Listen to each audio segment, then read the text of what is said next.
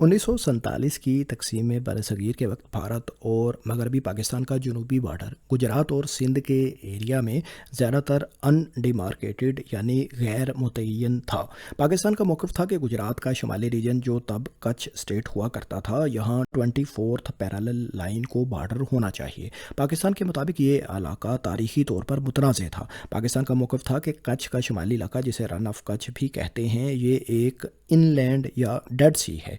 यहाँ international law के मुताबिक दरमियानी लाइन जो कमोबेश 24th पैरेलल ही को फॉलो करती है, इसे बॉर्डर होना चाहिए। इस हवाले से पाकिस्तान 1908 और 1909 के ब्रिटिश इंडिया के नक्शों का हवाला भी दे रहा था, जहाँ इस खित्ते को समंदर ही का हिस्सा दिखाया गया था। लेकिन भारत दूसरी तरफ पाकिस्तान के क्लेम्स को मुस्तरद कर रहा था।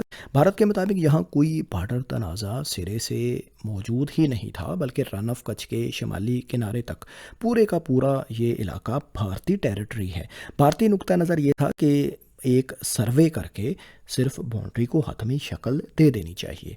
यूं पाकिस्तान और भारत के ओवरलैपिंग क्लेम्स की वजह से 9100 मरबा किलोमीटर रकबा मुतनाज़ हो रहा था। 1965 में भारत और पाकिस्तान के दरमियान एक मुख्तसर जंग भी इसी रीजन में हो चुकी है, लेकिन बरतानिया की इंटरवेंशन से सीज़ फायर हो गया था। दोनों मुल्कों के दरमियान बॉर्डर डिस्प्यूट का ये मामला बैन अल-अक़वामी ट्रिब्यूनल के ज़रिए हल करना तय पाया था।